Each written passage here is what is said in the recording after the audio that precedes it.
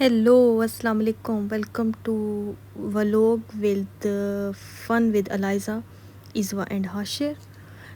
आज हम जा रहे हैं करने अलाइज़ा इज़वा और हाशिर का रूम की रेनोवेशन।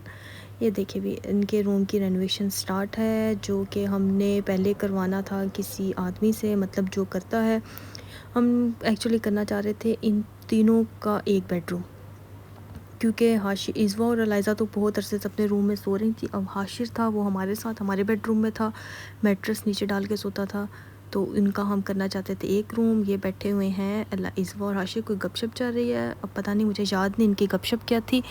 खैर एनीवेज़, ये हमने करवाना था किसी से, तो फिर हमें ख़ुद ही इतनी एफ़र्ट आई। ये देखें इनका रूम बिफ़ोर ऐसा था, जो कि पूरी पिक्चर नहीं है अभी।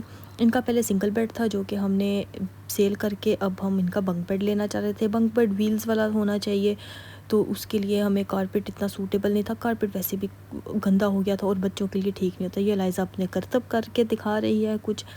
फिर हमने खुद ही करने का डिसाइड किया। ये हम वाइनल लेकर आए, जो कि हम एक रूम के लिए लानी थी। हम बहुत ज़्यादा ले आए थे, आइडिया नहीं था, खैर वापस हो जानी थी वो। ये हमने लगाना स्टार्ट किया। इसका हमने एक ब्लेंडर ये कर दिया कि वाइनल हमने कारपेट की जो नीचे फोम होता है ना, उसके ऊपर ही लगानी शुरू कर दी। हमें लगा कि वाइनल ज़रा सॉफ्ट सॉफ्ट लगेगी, इस तरह हो जाएगा तो ईजी लगेगा, अच्छा लगेगा। जो कि मैं आपको टू बी वेरी ऑनेस्ट बताऊं कि बहुत गलत हुआ। हमने आधा रूम कर लिया था, तो हमें सारा रूम की वाइनल उखेड़नी पड़ी, क्योंकि वो एक बैलेंस नहीं आ रहा था। हम जब पाँव रखते थे तो दूसरी जगह से वाइनल मुझे ऐसा लगता था कि क्लिक करके ना बाहर निकल आनी है। फिर हमने सोचा किया, तकरीबन आधे से ज़्यादा रूम कर लिया। बहुत मेहनत हुई, क्योंकि पहली दफ़ा हम कर रहे थे। ये लाइज़ा के बाबा बैठे कुछ सोच रहे हैं, तो जिसकी वजह से हमें दोबारा से सारा उखेड़ना पड़ा, सारा करना पड़ा, जो कि एक लंबी एफ़र्ट थी। टू बी वेरी ऑनेस्ट, ये कोई इतना इजी नहीं था, लेकिन मैं कहती हूँ कि अगर आप कुछ करना चाहो तो हो जाता है। ये देखिए भी, अब मैं अपने दिखाऊंगी आपको करतब। ये मैं वाइनल लगा रही हूँ, ये इसमें पूरा मैं आपको सारा बड़े क्लोज़ दिखाऊंगी, क्योंकि वाइनल लगाना कोई मुश्किल काम नहीं, बस आपको आइडिया होना चाहिए स्टार्ट कैसे करना है। पहले ओबियसली आपका फ्लोर क्लीन होना चाहिए बिल्कुल। ये नीचे थोड़ी थोड़ी ग्लू थी, वो ग्लू बहुत माइनर थी, जो कि सिर्फ कलर ही एक किस्म का था, वरना मैंने सारा सैंड कर दिया था। सैंडिंग मशीन से मैंने सारा सैंड कर दिया था, वो भी मैं आगे आपको दिखाऊंगी कैसे सैंड किया था। ये वाइनल क्लिक क्लैक होती है, जो कि इस बोलते ही क्लिक क्लैक है इसको। तो ये एक दूसरे के अंदर फिट हो जाती है। इसमें ना आपको ग्लू लगानी पड़ती है, ना कोई चीज़ नीचे लगानी पड़ती है, और ना कोई इसके नीचे कोई लेयर लगती है, क्योंकि वाइनल के नीचे लगी लगाई लेयर आती है।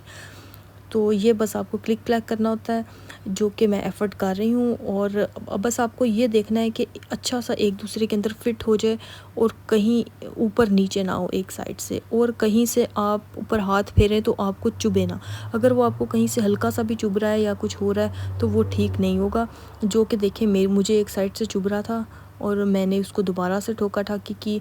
और ये वाइनल का एक ख़ास तौर पे मैं आपको दिखा रही हूँ आता है, जो कि वाइनल फ़िक्स करने के लिए होता है। ये रख के मारो, उसके पीछे हिट करो, तो बहुत अच्छी वाइनल फ़िट हो जाती होती है पीछे उसके। अगर आप डायरेक्ट हथौड़ी से मारोगे वाइनल को, तो कहीं से थोड़ा थोड़ा टूट जाते हैं, उनके जो क्लिक क्लैक करने वाले होती हैं जगह, वो टूट जाती है, जो कि फिर दूसरी वाइनल उसके अंदर अच्छे से फ़िट नहीं होती। हमने काफ़ी वाइनल ज़ाया भी की, मेरा ख्याल 8-10 पीस ज़ाया भी किए होंगे इसी सूरत में।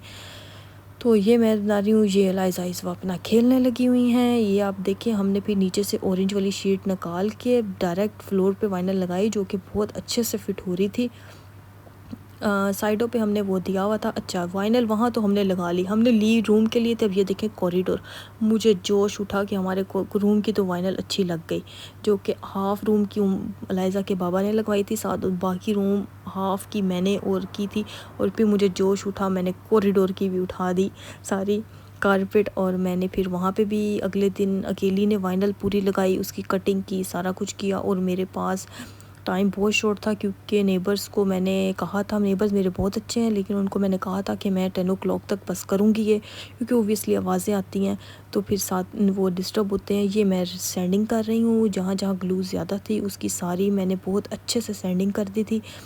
ये क्योंकि सैंडिंग अगर नहीं करोगी तो वहाँ से वाइनल थोड़ी थोड़ी उठी रह जाती है। ये करना मस्ट है, वरना एक बार लग गई तो बस लग गई, फिर आपको सारी उखेड़ के ही सही करनी पड़ेगी।